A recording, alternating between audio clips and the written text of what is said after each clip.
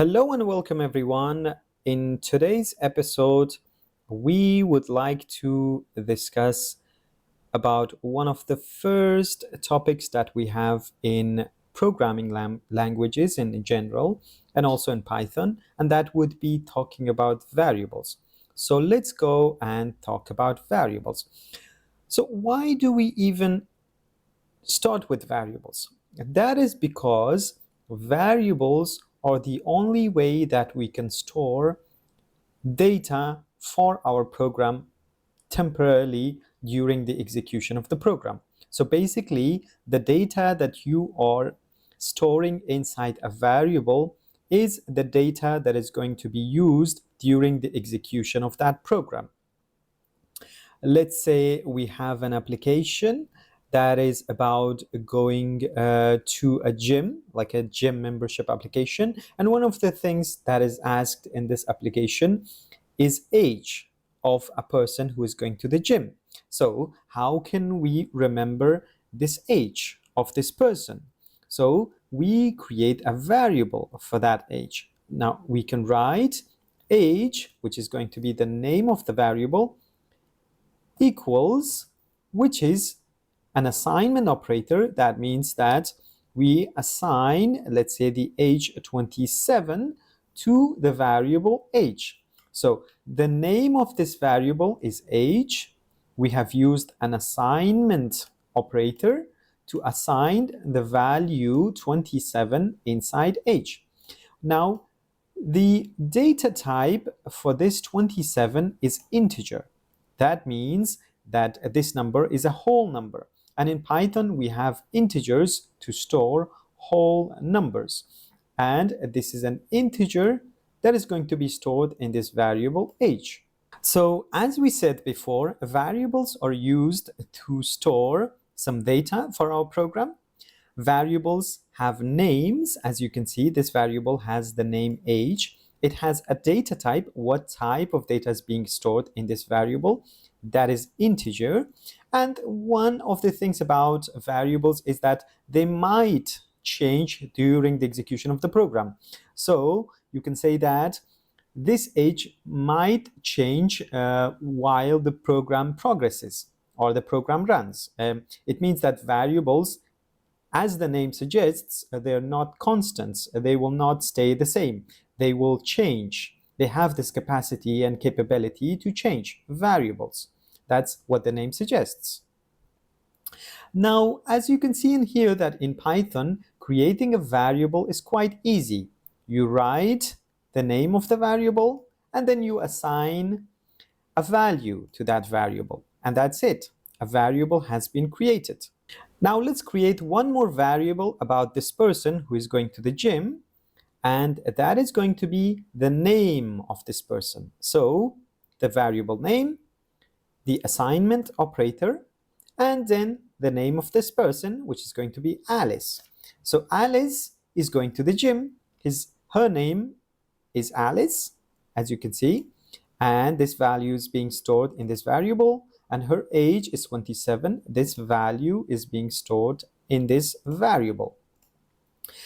Now, the data type between age and name are two different data types. Age is an integer, but name is a string. You can see we have these two double quotes, the starting double quote and the ending double quotation, to show that the data type for the name Alice is a string. So strings are the kind of data types that they can represent text.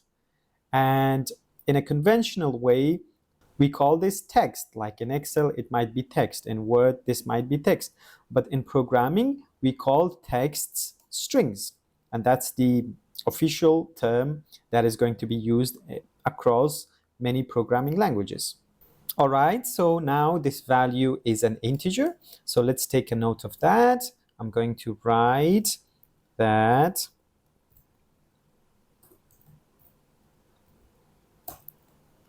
the age is an integer. So this is how we write an integer. Integers are basically whole numbers. Whole numbers means that the number doesn't have a fractional part. It doesn't have a decimal point part. It's a whole number, right? And let's see. The other data that we have, Alice, this is a string. So we write in here that the name variable is a string or basically text. All right, now that we have stored these two values in our program, let's somehow use these two values. That's the whole purpose of storing data, because you want to use them later on at some point. So we want to create a message on behalf of this person who is going to the gym. This person is going to say that print. So I'm going to use the print function. The print function is a function which helps us to print messages. So we will write print, and this person is going to say, my name is, we are going to use the variable name, and then Alice, obviously, and my age is, then we use the variable age. And then after that, in a new line, this person is going to say, I love going to the gym. So let's see what is going to be the output of our two print statements that we used. Then we will discuss further how these two print statements are, how do they work. Let's go and run this program. I'm going to click in here. This is how you run your code in Visual Studio Code. You run it, and then you see the terminal output. Let me stop this. Let's run again. Okay, so this is the output of our program. My name is Alice, and my age is 27. I love going to the gym. I mean, the part that is saying that I love going to the gym is quite obvious. We used the print function. So remember that functions, they usually have this parenthesis. You see the opening parenthesis and the closing parenthesis. So most of the time when you see parenthesis, most probably it might be a function. So remember functions. So a function is basically doing something. It's executing some kind of a task or some kind of an activity. The print function is printing. So print, I love going to the gym, which it did, right? I love going to the gym. Now you have to specify for print what is going to be the data type that you're using for the output of the print.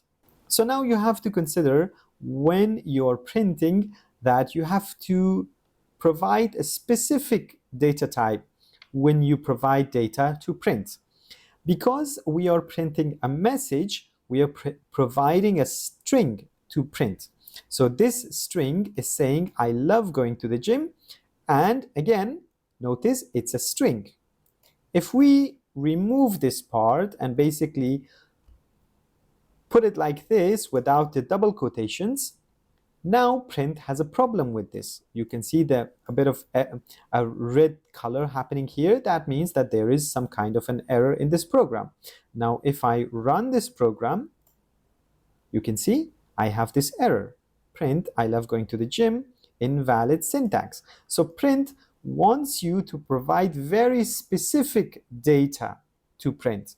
It cannot accept the kind of data that its type is unknown. So right now, the type of I love going to the gym is very unknown to print. So print doesn't know what to do with it. Now we have to be more specific and we have to say this is a string. Basically, this is a text or this is a message. Now, if we run, everything is going to be okay. First, I have to save, obviously. Don't forget to save. I'm actually doing that using the Control S shortcut, but you always have to save and then run, then it's going to work. Now let's see the print function on line 3rd is a bit more complicated. We have this part which is basically my name is. This is the part which is going to be very stable. It's not going to change this part of the message. So what did we do? We defined this as a string. My name is, and this is a string which is not going to change anytime soon. It's going to stay constant and the same all throughout the program. And then we have the name here, which is a variable. So it means that in this message, my name is coming from this part and name is coming from a variable because name can change. The next time I provide a different name, that message is going to be my name is something else, right? And again, this part, it's because this part is not changing, we put it inside a string. And because age can be changed, it's a variable, we put it without a string by itself. When you put something there for print by itself, that means that that is a variable, like name. This name represents this variable. Age represents this variable. Now, my name is Alice. The value is coming from the variable, and my age is 27. The value is coming from this variable. And if I try to change these variables, that's the beauty of using a variable. Your message can be quite flexible, even though it stays the same. Let's say instead of Alice, I use a different name. I use a Tom. So Tom now is going to the gym, and he is 45. Okay, so now I have changed the value of age and I've changed the value of name. Now this message is going to adjust itself to the changes that happened to the variables. Now let's go and save this and let's run it. Now my name is Tom and my age is 45. I love going to the gym. So basically we have created a program which is obviously very simple. It's just providing a message, but it is flexible. As soon as you change the age will change in the output. And as soon as you change the name will change in the output. But the rest of the message, which is supposed to stay the same, will always stay the same. Now, one last thing that we have to consider is using these commas in this print message. You have to be careful. You need to provide some commas. So now you're telling print that I'm providing my name is, which is one value, comma, name, which is another value. So my name is one value, name itself is another value, then again a comma, my age is one value, and then again the age itself, the variable, is another value. And if you're providing multiple variables to print, or multiple values or multiple things for print to print, you have to use these commas. You have to use them, otherwise you will get an error. Let's say I remove it here. You see, I remove it, and if I save, I'm saving, and then I'm running, I get an error. You see, invalid syntax, perhaps you forgot a comma. Yes, I did forgot a comma. Let's put it there. And what else? And you need to remember that when you use commas, there is going to be a space created automatically in the output of your program. Let's save this. Let's run it again. And you see my name is, even though there's no space at the end of the message in here, there is a space between my name is and name. That is not because of this space in here. That space is basically white space. It has no meaning. If I remove it, it will not bring any changes to the output of the program. Let's save this. Let's run it. Again, there is this space. This space between this message and the name is coming from this comma. It's not coming from the space in here. I put that space there because it makes the program more readable. That is called white space. All right, so that's the property of using a comma. It creates spaces automatically. That's how much you need to remember for the time being, even though the space can be changed to other things. Anyway, we're not going to go into those details for now. Just remember this much for now. And yeah, and that's it. If you have any questions, do let me know in the comments section and I will be happy to answer it for you. So thank you for staying with us in this episode, and I would like to see you in the coming episodes. Stay tuned.